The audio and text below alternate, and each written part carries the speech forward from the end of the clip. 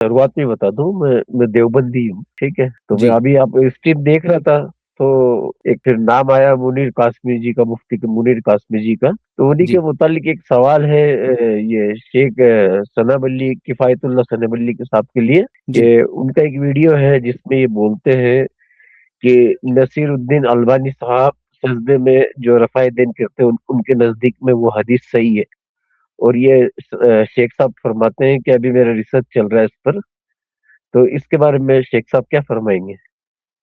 کس نے کہا ریسرچ چل رہا ہے؟ آپ کا بتایا کہ آپ کا بھی تحقیق پورا نہیں ہوا، اس پر تحقیق چل رہی۔ کس نے کہا کہ تحقیق پوری نہیں ہوئی؟ سجدوں میں رفع الدین کے تعلق سے ہمارا ریسرچ چل رہا ہے، تحقیق پوری نہیں ہوئی، کس نے کہا؟ میں نے کہا؟ تو اس پہ ویڈیو جی جی جی کہاں جی کہا؟ مجھے تو یاد پڑتا ہے، کسی کو بھائی یاد ہے اس ہسٹری میں ایسا کبھی میں نے کچھ کہا؟ آپ نے کہا کہ ان کے نزدیک وہ صحیح ہے حدیث، اور ہم نے ابھی یہ ہم لوگ کو کہا ہے کہ تحقیق چل رہی سجدوں ہے۔ میں رفع الدین کرنا ثابت نہیں ہے۔